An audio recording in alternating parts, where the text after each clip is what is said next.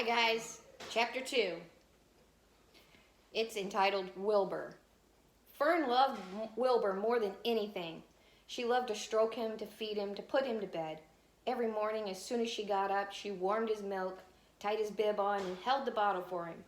Every afternoon, when the school bus stopped in front of her house, she jumped out and ran to the kitchen to fix another bottle for him. She fed him again at supper time, and again just before going to bed. Mrs. Arable gave him a feeding around noontime each day when Fern was away in school. Wilbur loved his milk, and he was never happier when Fern was warming up a bottle for him.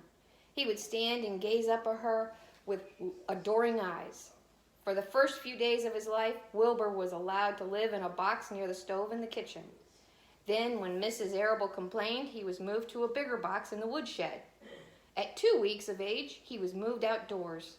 It was apple blossom time, and the days were getting warmer.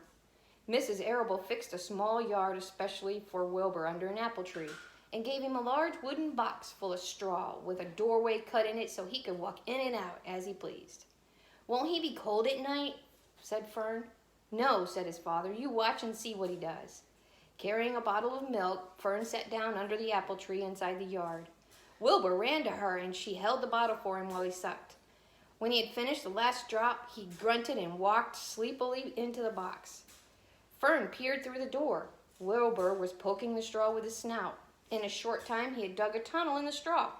He crawled into the tunnel and disappeared from sight, completely covered with straw. Fern was enchanted. It relieved her mind to know that her baby would sleep covered up and would stay warm. Every morning after breakfast, Wilbur walked out to the road with Fern and waited with her tail till the bus came. She would wave goodbye to him, and he would stand and watch the bus until it vanished around a turn. While Fern was in school, Wilbur was shut up inside his yard. But as soon as she got home in the afternoon, she would take him out, and he would follow her around the place. If she went into the house, Wilbur went too.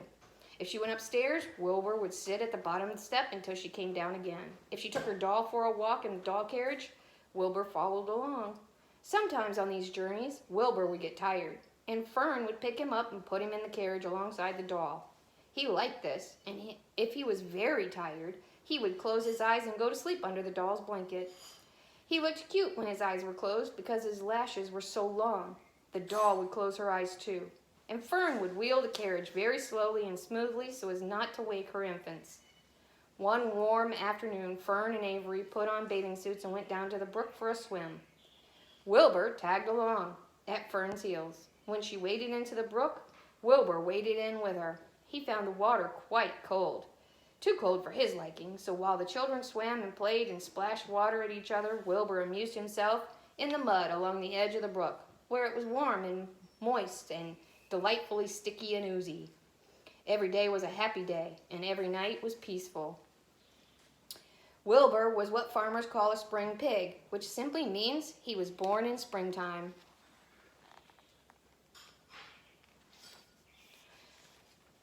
When he was 5 weeks old, Mr. Arable said he was now big enough to sell and would have to be sold. Fern broke down and wept, but her father was firm about it. Wilbur's appetite had increased. He was beginning to eat scraps of food in addition to milk. Mr. Arable was not willing to provide for him any longer. He had already sold Wilbur's 10 brothers and sisters. "He's got to go, Fern," he said. "You have had your fun raising a baby pig. But Wilbur is not a baby any longer, and he has got to be sold." "Call up the Zuckermans," suggested Mrs. Arable to Fern. "Your Uncle Homer sometimes raises a pig, and if Wilbur goes there to live, you can walk down the road and visit him as often as you like." "How much money should I ask for him?" Fern wanted to know.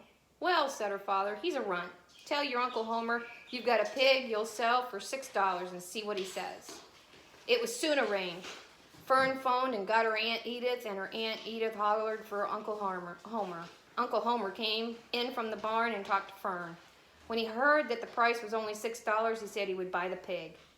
Next day, Wilbur was taken from his home under the apple tree and went to live in a manure pile in the cellar of Zuckerman's barn. So you got to tell me in a picture or in a writing what you think is going to happen to Wilbur next. Wash your hands.